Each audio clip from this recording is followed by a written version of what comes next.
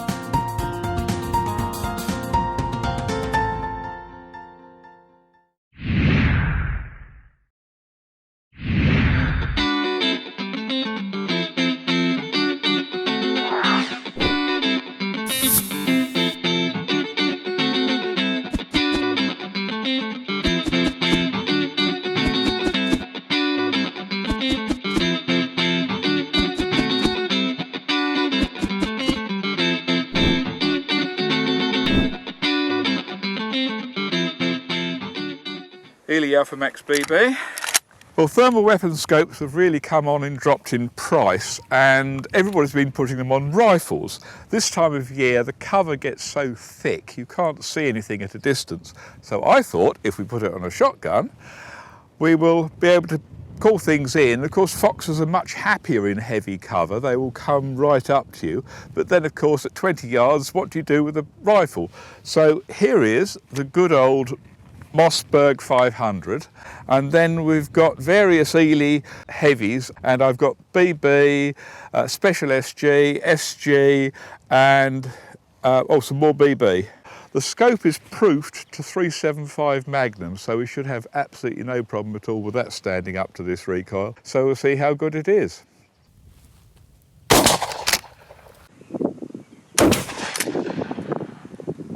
Oh, it's had a nasty scare. Let's see if we can frighten it a bit more next time. Mount the rifle, can't do that, it's a shotgun, with the sight installed on a bench rest. Well, we've got sight installed, but we haven't got a bench rest.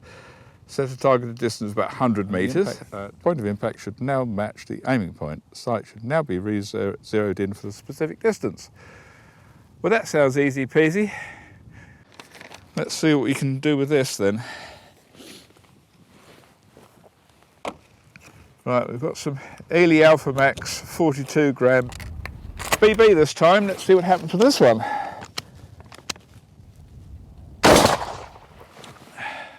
Ah, that looks a bit more like it. I think our poor little fox just died. Well, it's certainly ruined its day. 1, 2, 3, 4, 5, 6, 7, 8, 9, 10, 11 on it at that distance. I'm happy that the scope's moved over pretty much straight away. 1 shot 0 was absolutely right. And we're pretty much on there, and should ruin any little fox's night out. We'll go out and wait till dark and see what happens. In the winter the ground was a little rough.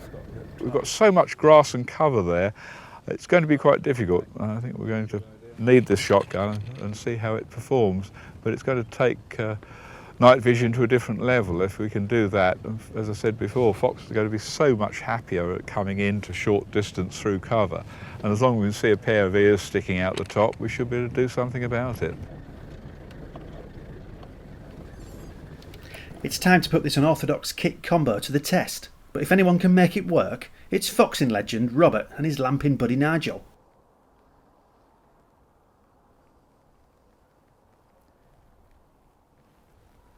See something white and glowing then, but it just happened to be a rabbit. So when it started bouncing.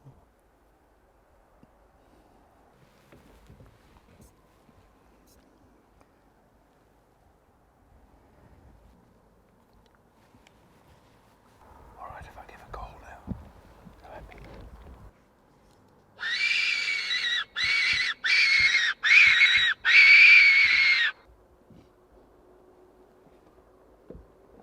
A munty isn't what we were hoping for, but at least it proves something's interested in the call.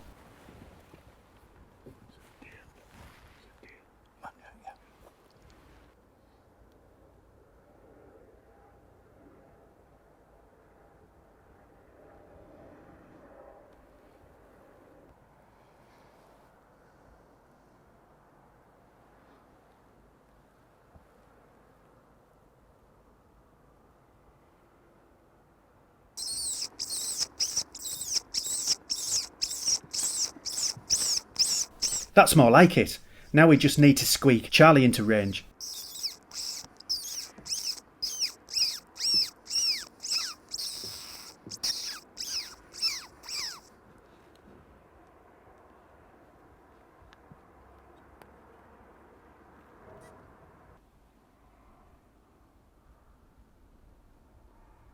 Everything is proceeding as planned, but with a shotgun, not a rifle, as a tool of choice, we'll have to get right up close to this one.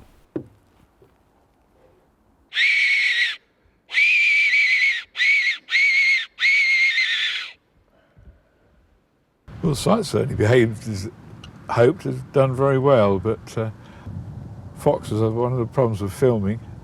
We're a bit of a bunch of grapes up on top there, and it's shuffling about and moving, and it's not quite so easy to draw foxes in. There we are, we're learning all the time. When you try a piece of kit a new way, and it takes a little while to get a feel of the best way of using it. No, it is good. I think we've got to put it on a rifle now rather than play around with it on the shotgun. But it was worth a try. So this time we thought we'd take it out, put it on a rifle, and see if that worked a little better. With some more conventional foxing kit in tow, we head out once more.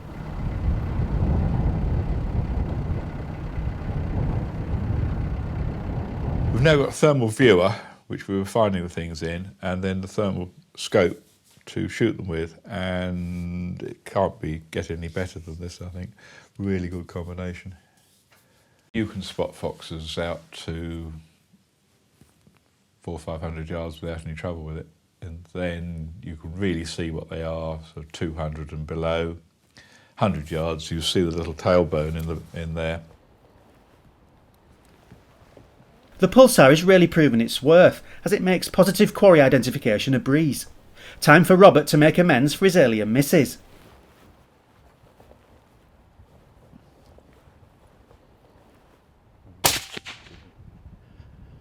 And the thing I like about this is you've got a wide field of view, and you can either double it to see, narrows the field of view but doubles what you're viewing, or it has picture-in-picture, PIP as they call it, PIP, and the little frame at the top is doubled.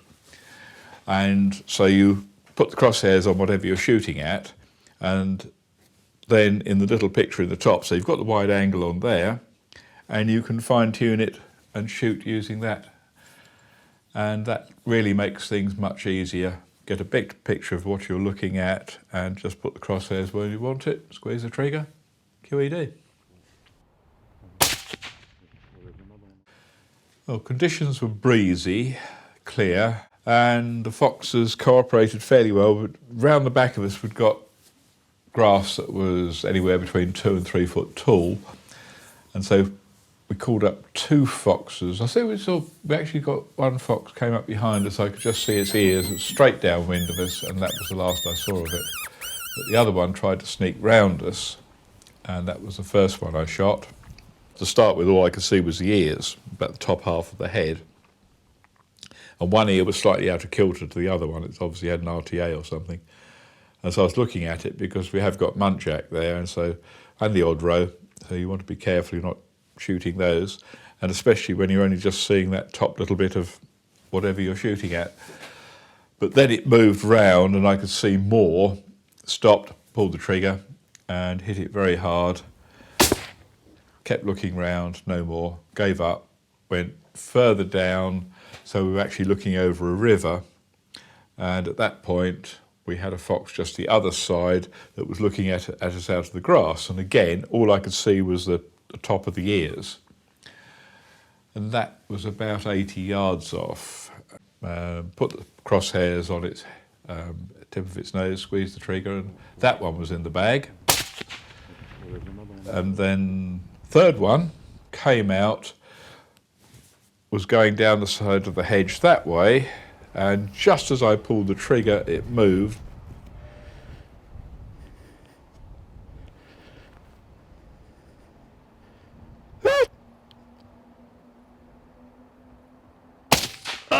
Round went over the top, but because the round missed it, it went into the hedge, and it was unsure as to where the shot had come from. So it reversed, ran back down the side of the hedge, and then looked back over its shoulder as if to say, what on earth that's going on?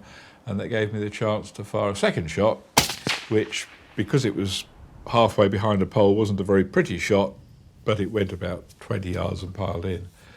So we had 4 shots for 3 foxes, but we only shot at 3 foxes, so I was quite pleased with that. It is now 4:15 in the morning, but for a first outing of the thermal on a rifle, very pleasing.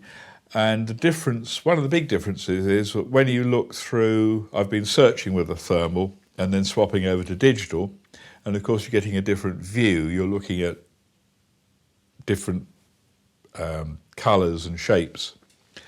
But swapping from thermal to thermal, it is just so easy because you're looking exactly the same. And the XD, the picture's so good, just picking it up and wait till it stops or is ready and squeeze the trigger. Almost, well, it is cheating, it's just so easy to use.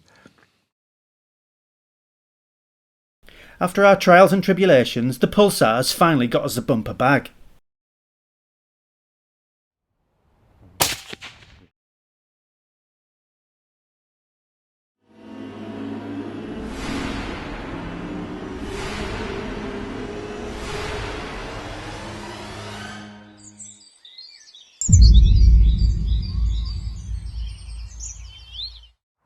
Finally, Robert gets some success there with the Pulsar, and now it's the Shooting Show News.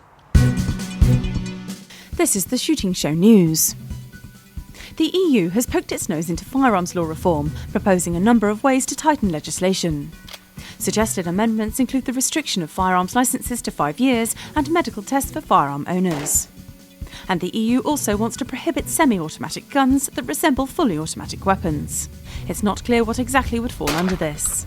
Top shooting lawyer Peter Glenser said any new law needed to recognise the difference between legitimate sporting firearms and illegal weapons. Momentum is building for the UK Game Fair, as a raft of high-profile businesses have signed up to attend. British gunmaker Boxall & Edmiston is the latest big name to confirm. It joins Longthorn, Beretta, Ruger and Perazzi on the list of major gun brands you'll see at Stoneleigh. There'll also be night vision from Scott Country, clothing from Deer Hunter and ammunition from Ely Hawk and Fiocchi. Save the date now, the 22nd to the 24th of July in Stoneleigh.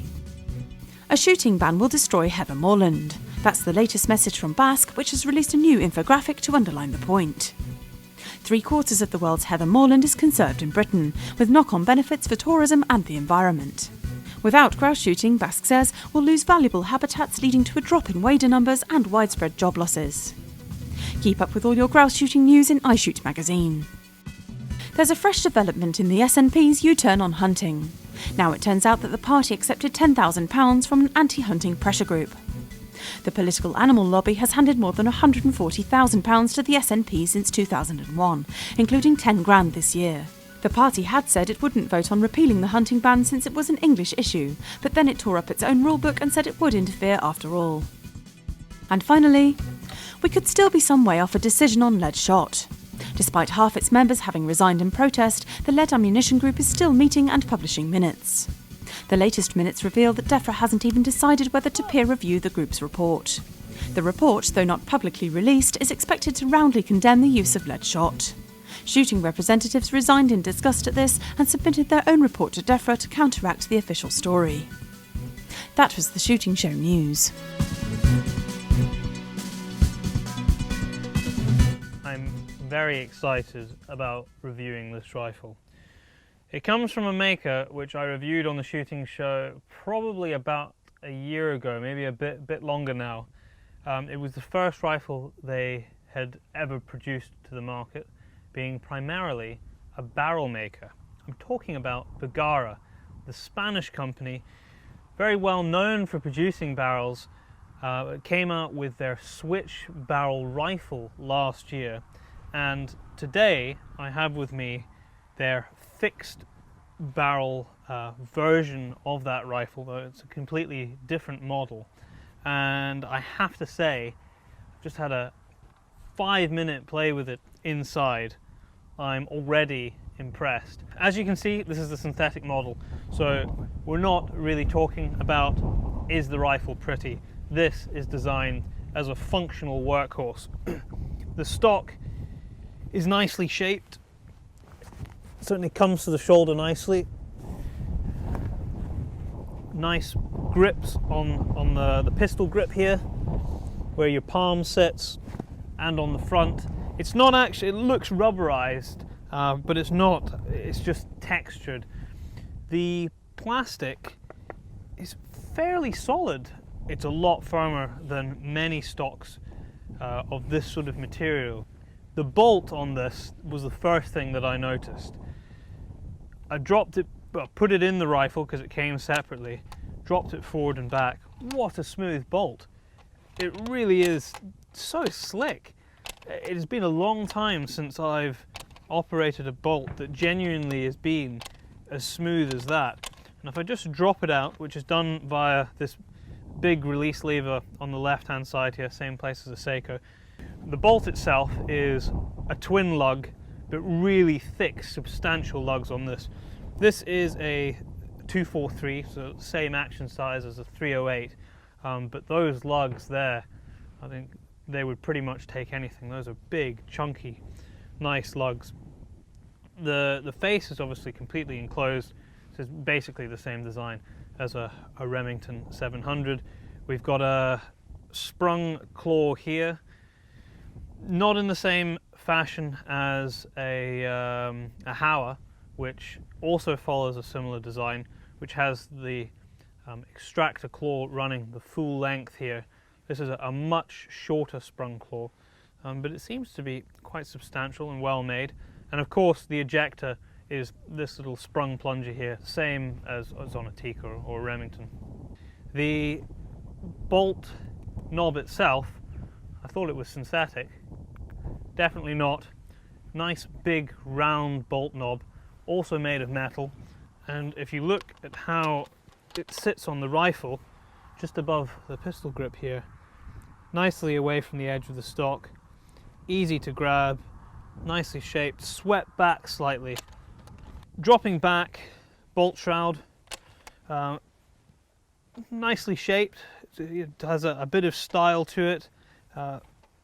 Cocking indicator at the back, made of metal, so no plastic involved here. Cocking indicator sticking out.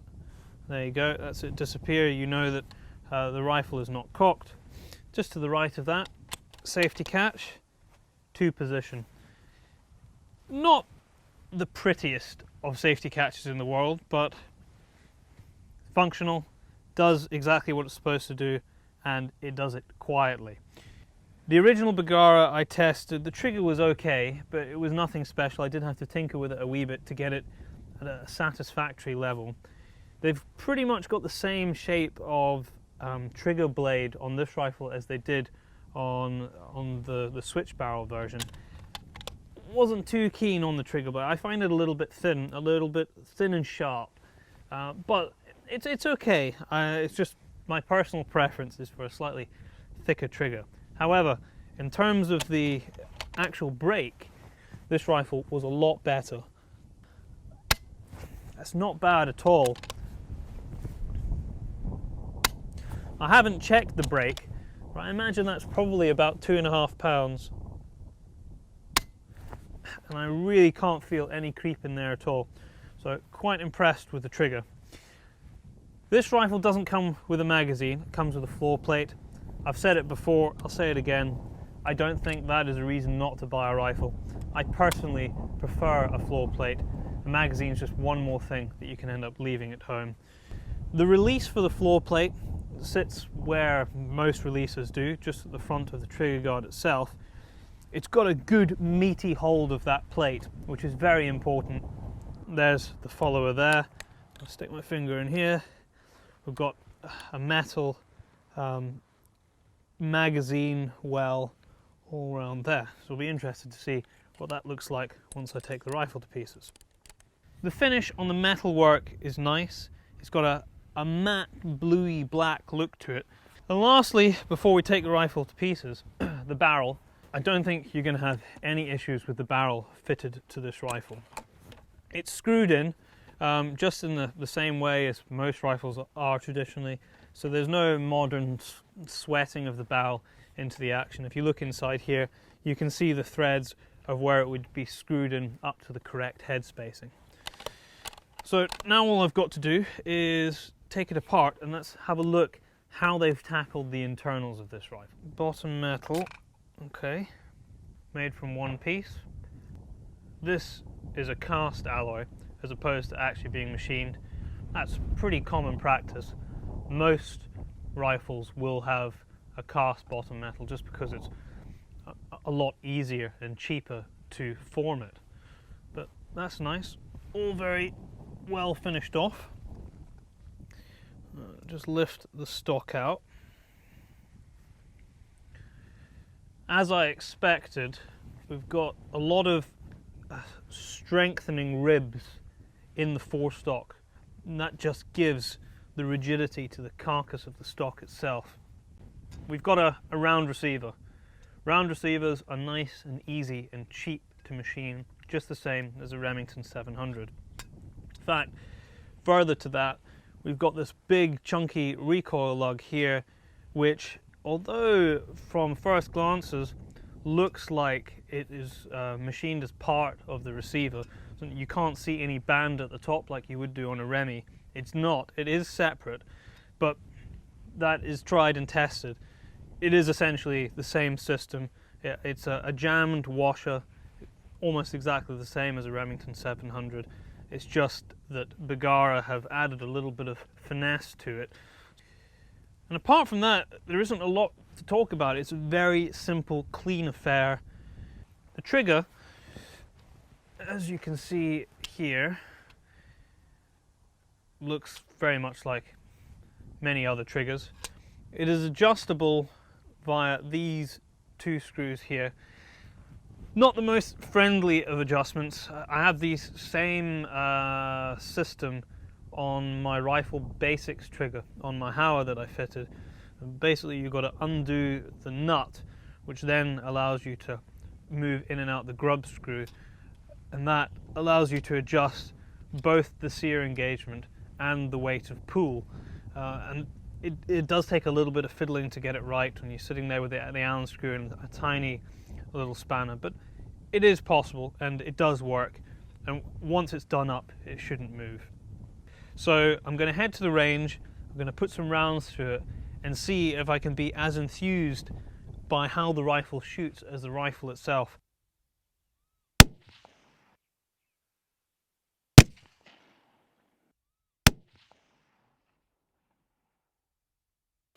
I've run RWS, Norma and my sort of benchmark Gecko ammunition through it. It really did seem to like the Norma 100 grain for some reason, and that's what I've shot on this target here. This is a 6-shot group, 5 in the middle, 1 just dropped, even including that, 3/4 of an inch. I'm so pleased that it's delivered what I thought it was. I knew the last Bergara shot well, and this one shoots equally as well. And when you find out, as I did last night, that you can pick this rifle up retailing around the £650 mark, you begin to appreciate what a lot of rifle for the money this really is. You know, right from the stock through to the metal finish, which is a nice bead blasted blue, through to the handling of the rifle, there isn't a lot not to like. I think we will see a lot of these being picked up, and the name Bergara becoming much more common when people are discussing rifles. Well, that's it for this week. Thanks for watching. Please like us on Facebook and follow us on Twitter. And if you're not a member of BASC, it's time to join now. BASC, looking after your sport, looking after you. This has been The Shooting Show.